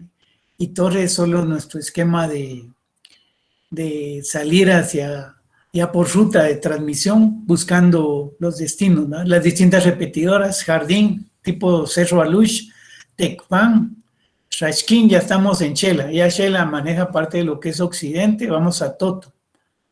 Y esta es directamente a Cobán.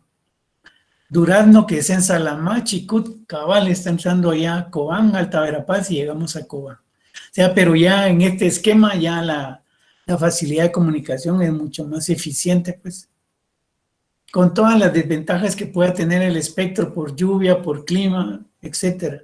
Pero es de lo mejor que haya hecho la gente, personal de transmisión en las distintas fases, ingeniería, ejecución y operación.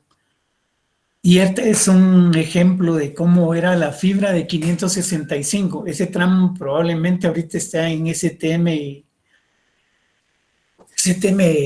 en SDH, perdón, y ya en jerarquías a otro nivel, incluso en DWDM, pero en el esquema formal ese era el que teníamos. 565 era como un expressway para manejar data ahí en ese momento. Entonces teníamos desde Reformita, porque en Reformita teníamos una central interurbana, ella colectaba como nodo de acopio de todos los eventos de transmisión con interés ahí sí que lo que es suroccidente, ¿va? Entonces todo lo que era para ese interés de tráfico, pues, lo engrampábamos vía esas jerarquías de transmisión. O sea, llegábamos sobre esas velocidades, pero en cada punto habían equipos de transporte que hacían la de multiplexación para llegar a servir a nivel de 2048.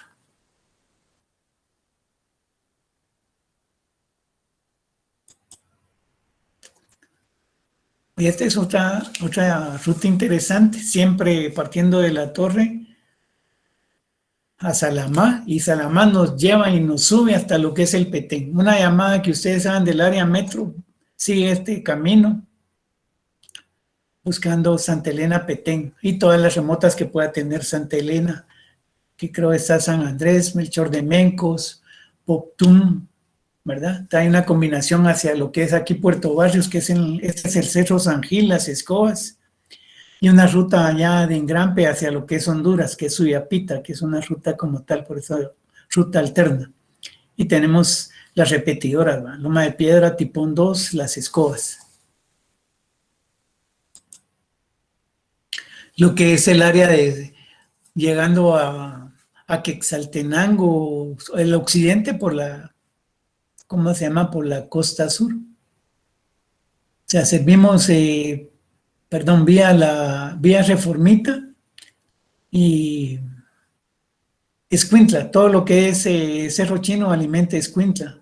En este caso aquí teníamos centrales Siemens, en ambos con Ditlan. Hay un lugar de aquí de Puerto que es Liquín, y de Escuintla tenemos Tiquizate, Santa Lucía, Siquinalá.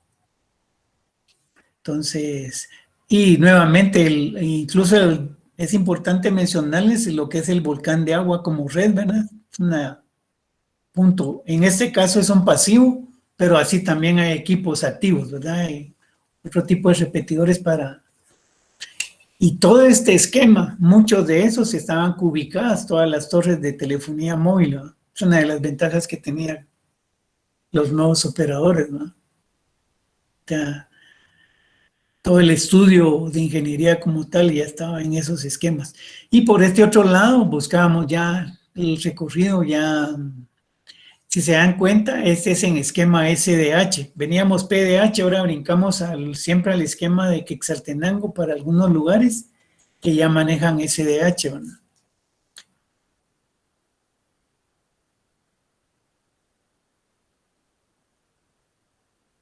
Esto de las jerarquías, generalmente lo convierten a E1, que son los que manejan los 30 canales de voz, que son los que utilizan ya los distintos equipos, ¿no? Ya en una aplicación de un acceso empresarial o un DISLAM, o sea, porque esos regulan el tráfico para cada uno de ellos.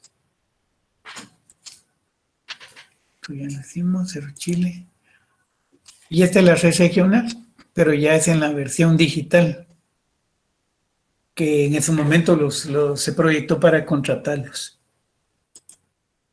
Y este es un plus que a última hora ahí nos animamos a hacérselos para compartírselos, porque lo interesante, esto ya es en el entorno de, ¿cómo se llama? De SDH y y fibra óptica. Y lo que es importante mencionar acá, que estos dos tienen la capacidad de hacer cross conexión. ¿Qué significa eso? Que a ese punto, dependiendo de las capacidades y diseño, puedes agregar varios anillos que te sirven para hacer el intercambio de tránsito. Entonces, lo mismo, por ejemplo, aquí está muy claro que es el que maneja desde Los Amates a Puerto Barrios a Zacapa. Aquí como decir, el switch inteligente en este momento es Zacapa, ¿va?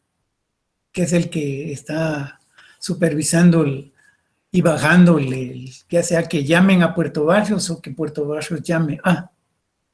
Y este anillo, pues, se engrampa con otros tipos de, como routercitos, podrían ser estos.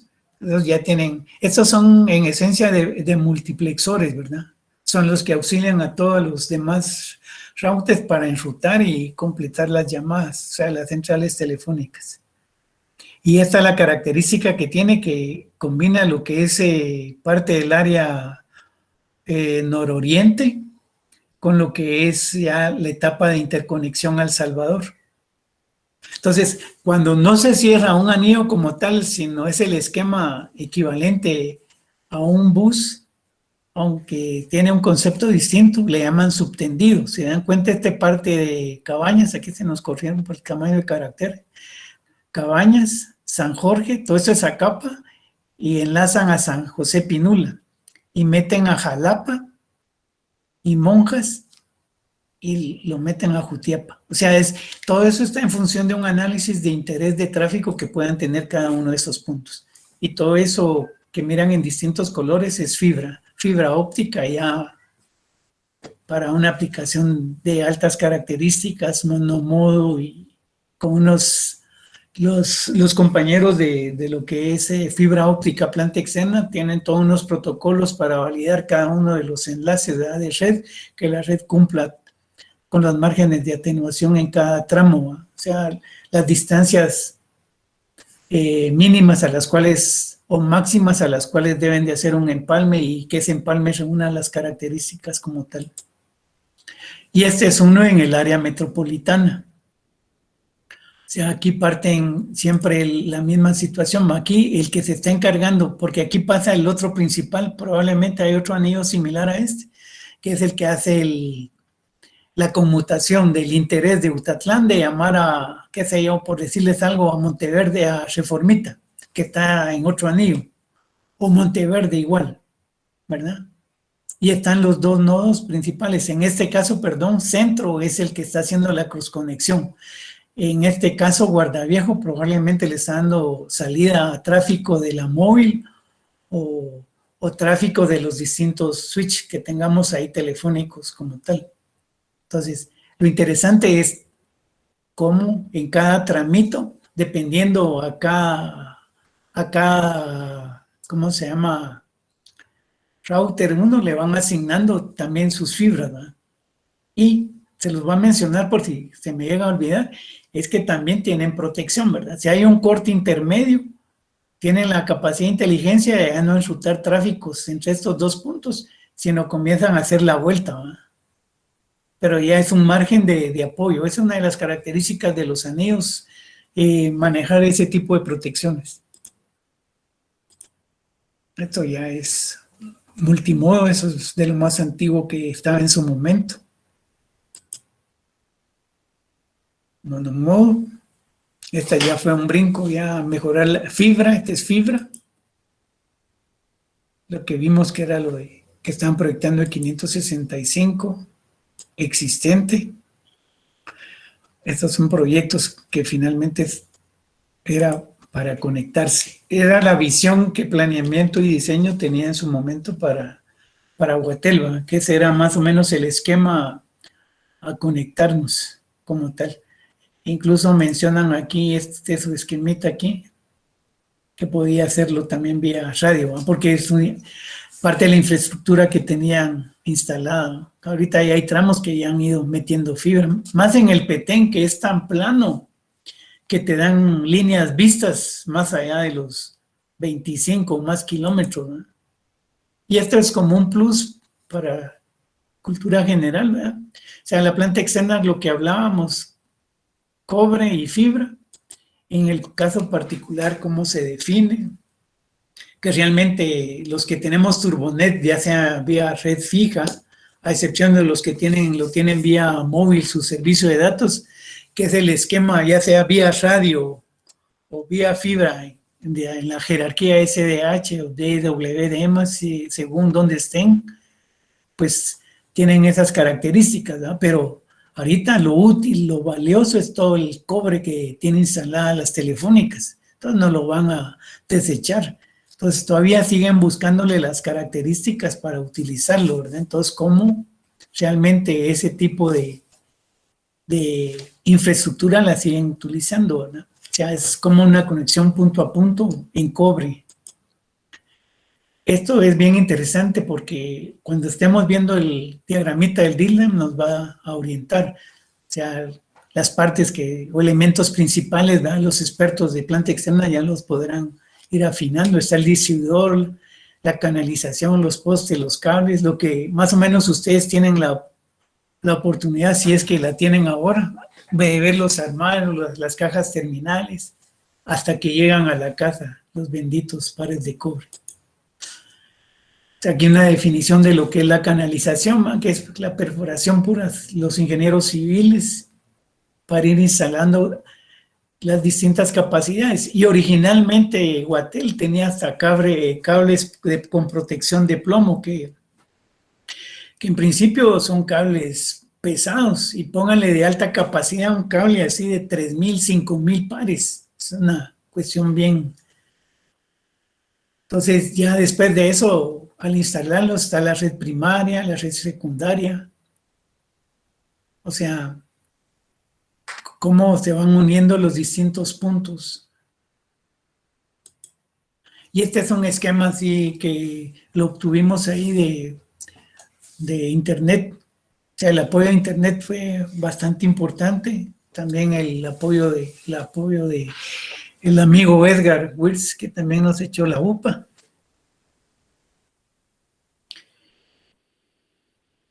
Y más o menos es el esquema de ustedes, si tienen Turbonet fijo, tienen su teléfono, su computadora, su laptop, etcétera.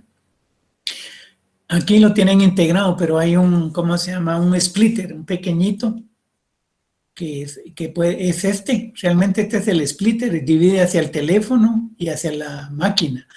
Lo que hacen es aquí meten una señal a un valor de frecuencia, que el filtro del splitter como tal es el que se encarga de separar, para decir esta frecuencia es para el teléfono y esta frecuencia es para los datos. Entonces pasan aquí a lo que es el distribuidor, ¿verdad? Realmente, y nosotros en la casa solo miramos el par de cablecitos, y ese cablecito es el que viaja hasta el extremo, si estamos cercano a una central, al equivalente a un router, sería un switch, a un acceso que puede ser el DILAM. Entonces, así como tenemos el splitter en el origen, también vamos a necesitar tener un splitter en el destino, porque en el caso real es que el splitter también se encarga de partir la señal para la central telefónica y la señal para lo que es puramente datos. Entonces aquí más o menos lo están separando en esto, ¿no? Telefónica y un operador de datos. Entonces lo engrampan al DILAM, si tienen ahí el ADM, que es el multiplexor del servicio de transporte, entonces ya ellos se encargan de enviarlos. En este caso ellos lo separan aquí, lo envían a la red pública de teléfonos o van directamente a la red de datos. O sea, aquí la validación, ¿verdad? Es un módulo de protección para garantizar que no sean datos maliciosos. Incluso aquí hablan de un switch ATM. Fíjense la versión ya, ahorita ya casi todo es IP en aunque los DILAM de algún grupo todavía están en ATM. Y lo que les decía, cómo llegamos desde el switch.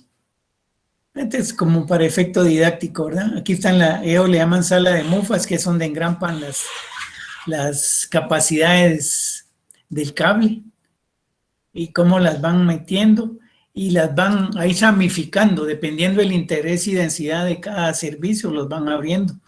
Y para eso utilizan los armarios, ya sea vía poste, vía subterránea, al armario y a la casa. Y finalmente lo que es la fibra, ¿va? Para que más o menos, tal vez ustedes ya saben más tienen más información de esto. La verdad que ahorita hay mucha información. O sea, las características físicas de luz, todo el espectro, cómo lo maneja, etcétera. Los márgenes de atenuación, los ángulos de incidencia, todo el manejo físico que tiene eso. Eso, según la ley de Snell ahí, creo.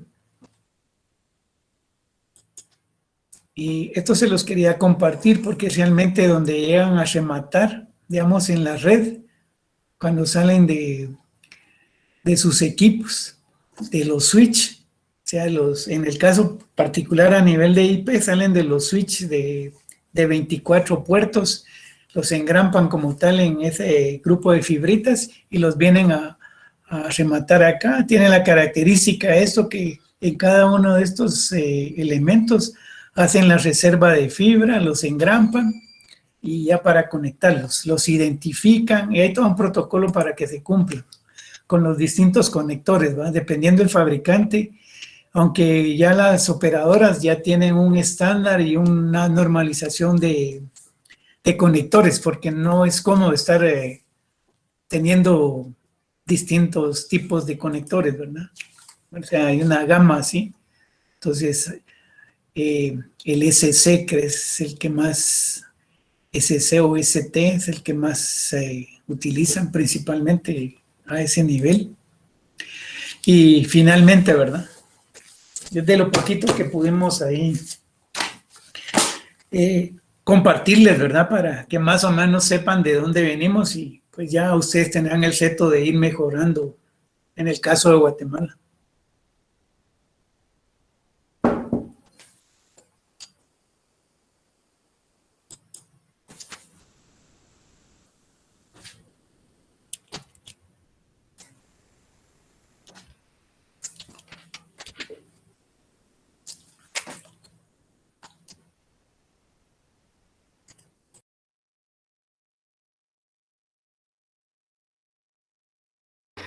Ok.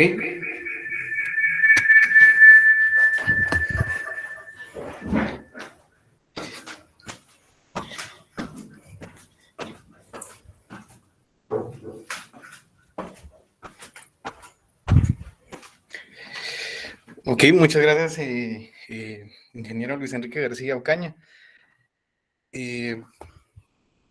La verdad es que la historia en sí de las telecomunicaciones en cualquier país, la verdad es de que es algo increíblemente enorme para poder contar en unas pocas horas. Muchas gracias por haberlo condensado de la mejor forma posible. Gracias por haberlo hecho como un resumen de lo más didáctico para los que estuvimos aquí presentes y para las personas que van a poder ver la grabación en un futuro lejano o en un futuro cercano. Como razón administrativa, solo voy a poner aquí en el chat el formato que mis estudiantes tienen que llenar para la asistencia. Además de llenar, por favor, mis estudiantes, una encuesta acerca de la conferencia. Y, por favor, quisiera pedirles el favor de que en este momento pudieran hacer las dudas que tengan acerca del tema para que el ingeniero pueda respondérselas, para que aprovechemos ahorita el conocimiento vivo que tenemos en este momento. Entonces pueden hacer las preguntas tanto por el chat como abriendo su teléfono. A lo que ahorita en ese momento les quisiera pedir el favor, los que puedan, si pueden abrir su cámara para que podamos tomar una foto a los que pudimos asistir aquí a la conferencia.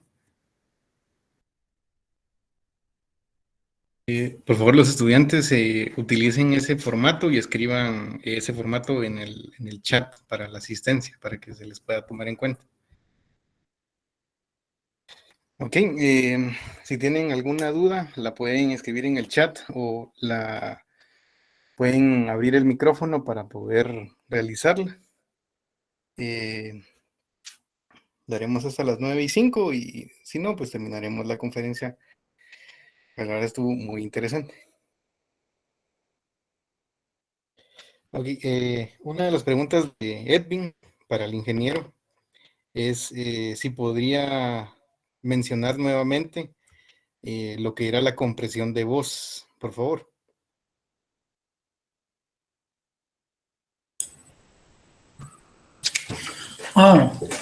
Lo que le estaba indicando era que en su momento los canales, cuando fue la transición digital, teníamos un time slot de 64 kilobits. O sea, de sobra para... Entonces, en los silencios, generalmente cuando se usaba el teléfono, o sea, estabas en una conversación y solo, hola, ¿qué tal?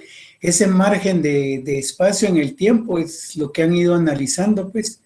Entonces, en ese mismo interín surgió una normativa para permitir hasta qué margen podías comprimir el canal de 64. Entonces, de la que yo me recuerdo es la G729 que te permite una compresión hasta 12 kilobits por segundo. ¿eh? De los 64 que tenés, estás economizando, ¿qué? Alrededor de como 4 espacios más. Y en ese mismo momento es donde puedes hacer inserción de más información, ¿va? De más contenido.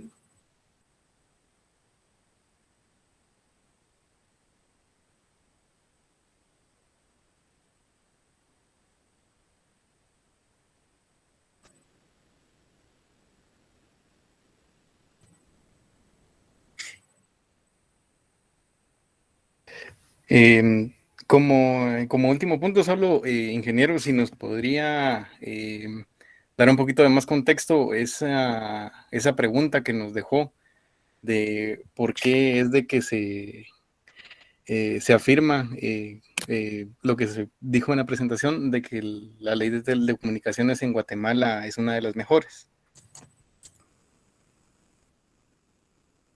O sea, realmente es lo que se ha comentado, que es una de las mejores leyes. Entonces, cuando uno comienza, no sé si te han tenido la oportunidad de verla, pues, porque lo interesante, por eso se los comenté, la idea es de que la vean. O sea, en esencia, el basamento teórico era todo el aspecto técnico, pero dentro del aspecto técnico, digamos, ¿qué sería lo más interesante para, tal vez la pregunta es esta, ¿cuál sería lo interesante de una empresa de telecomunicaciones? O sea, ¿qué es la razón de ser adicional a sus servicios y todo eso, verdad? ¿Qué es lo que le da sentido a esa empresa? Entonces, eso está contenido ahí en la ley. O sea, de tal forma que lo reflejan, o sea, no está regulado como tal, ¿verdad? O sea, ¿cuál es la razón de ser de una empresa, por ejemplo?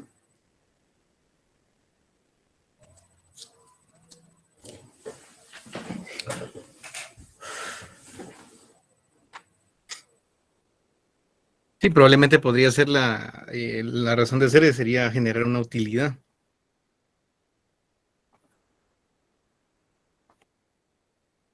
Esa es realmente es eso. O sea, ¿y cómo obtener la utilidad? O sea, digamos, la telefonía, ¿cómo obtiene su utilidad? Al generar ingresos con sus servicios. Ahí parece pan caliente, tibio, helado. Realmente no están reguladas las tarifas. Esa es la razón de ser. O sea, hoy puedes tener un precio, mañana puedes tener un precio todas esas, tus situaciones promocionales son bien interesantes, ver cómo las maneja el área comercial de cada telefónica. Entonces, por ahí es la razón de ser de eso. Ok, excelente, ingeniero. Muchas gracias por su tiempo, por la dedicación que le dio a este tema y a su presentación. Les agradezco también a todos los asistentes de la conferencia. Espero que se hayan ido con más conocimiento del que entraron, que tengan una perspectiva histórica un poquito más integral de lo que es al final las telecomunicaciones aquí en Guatemala. Pues solo buenas noches y pues espero que puedan revisitar esta conferencia cuando se suba a YouTube. Muchas gracias a todos y buenas noches. Ok, buenas noches. Feliz noche. Feliz noche. Feliz noche. Feliz noche. Feliz noche.